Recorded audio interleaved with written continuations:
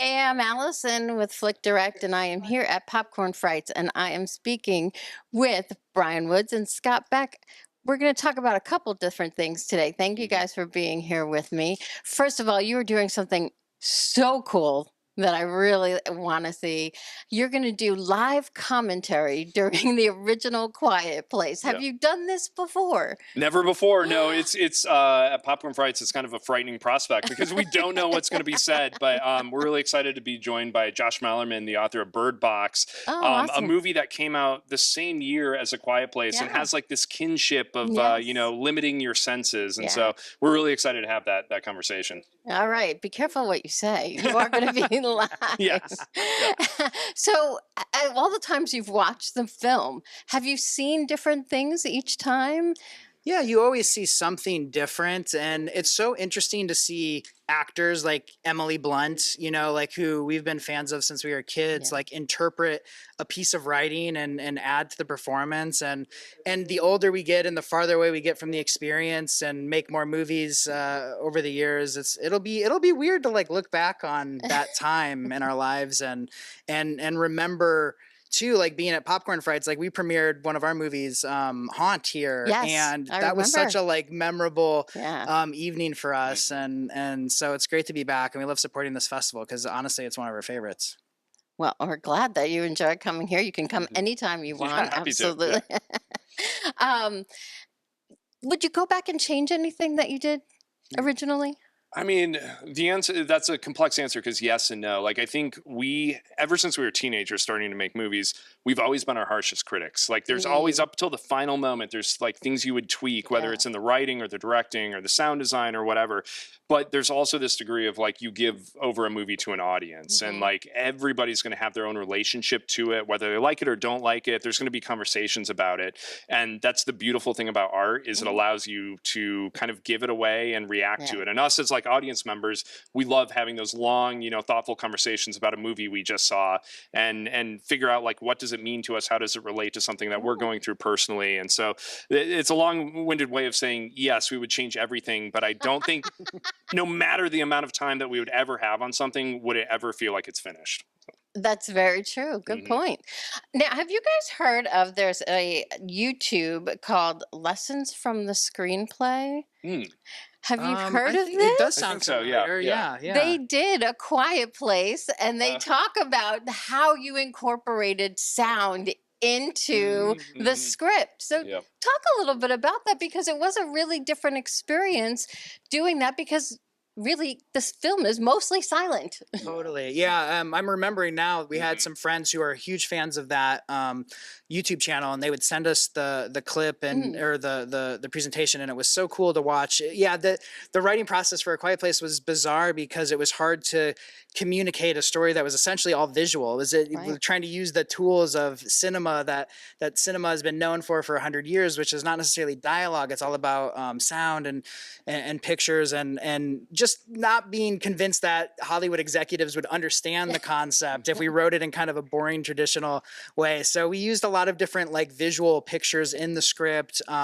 We'd have moments where like you'd turn the page and the page would be blank and it would just have one word on it Yes. to emphasize a scary sound effect. And that kind of rule breaking writing process is at times found itself in our other works since A Mm, Quiet Place and scripts like like Heretic, Haunt to a certain yes. extent, The Boogeyman. We have a little bit of fun with the form of writing, but ultimately screenwriting is such a it's just kind of a dry, blueprinty style of writing. It's Mm. kind of boring, and so we try to make it a little bit more fun to read. You jazz it up a little We bit. jazz it up just a little Yeah. bit, yeah. Yeah, I saw one of the pages on this script because they show it in the YouTube video Hmm.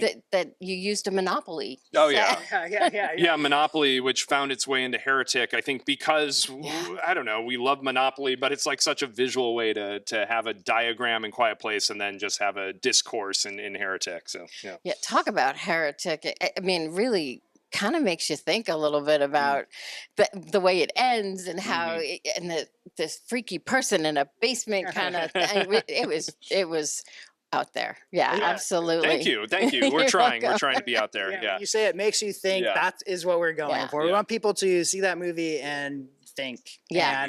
And have conversations. Scott and I opened a movie theater in our hometown in Iowa, and the way we designed it was, it's called the Last Picture House for anyone who wants to visit us. It's 2 screens, and it has this lobby area. So, and the idea is like, you go see a movie on a Friday night, and then you go hang out at this kind of bar lounge in the theater and talk and hang out and because for us, like, movie going is it's a communal experience. Yes. It's about seeing movies with strangers and friends and family, and then talking about the work afterwards. So. Yeah, absolutely. That's one of the arguments that happens every year when we're at CinemaCon about streaming versus Totally. the Oh, yeah, theatrical yeah, releases yeah. and everything. And yeah, you Yep. have to have that feeling of community. I wholeheartedly agree with you. Totally. Now, one of the reasons you are here, besides that whole live commentary, we'll see how that goes, is because you are on a panel for Masters of Horror. How does that make you feel? We feel like we're apprentices of horror at best. Being next to Lloyd Kaufman and Barbara Crampton, Yes. who are legendary. I mean, they're the real masters of horror. Yeah. So many incredible films that they've contributed to, us as genre fans, that we're just kind of pinching ourselves to even be here in the first place. Yeah, I think we'll be on the panel to take notes and learn something. Yeah. I'm sure you have plenty to contribute. There's also something else that you produced, a documentary. I just want to get the name right. To All the Books? To All the Books, yeah. Talk to me about it. Yeah, so To All the Books is like a fly-on-the-wall documentary about this prolific author, Josh Malerman, who wrote Bird Box, that was translated in like the hit movie for Netflix.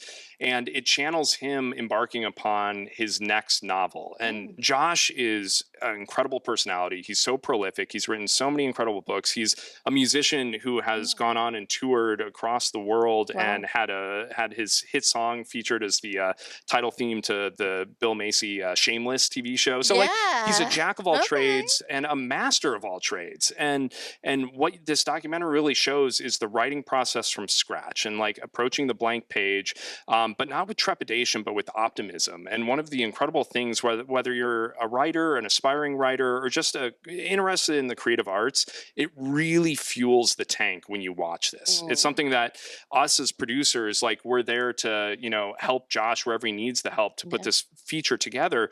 But at the same time, like, we found ourselves being so inspired by his process that it kind of refueled our energy as well. And it's one of those things too, like we talked about, like, what if you could have been in the room with Stephen King as he was writing The Shining? Like, how interesting would that have been? Yeah. And for us, Malerman is the next Stephen King.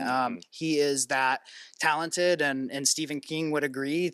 King has been a huge supporter of his work, and in particular his new book, Incidents Around the House, said like it's as scary as The Exorcist. Like, so it was just a unique window in time to be with this writer who's like emerging and building an incredible body of work, and just see what his process is. We've never seen that. So like selfishly, like sometimes when we, think about movies that we're going to produce or make ourselves, we're thinking like, what do we want to see that we've never seen before? And this is a perfect example.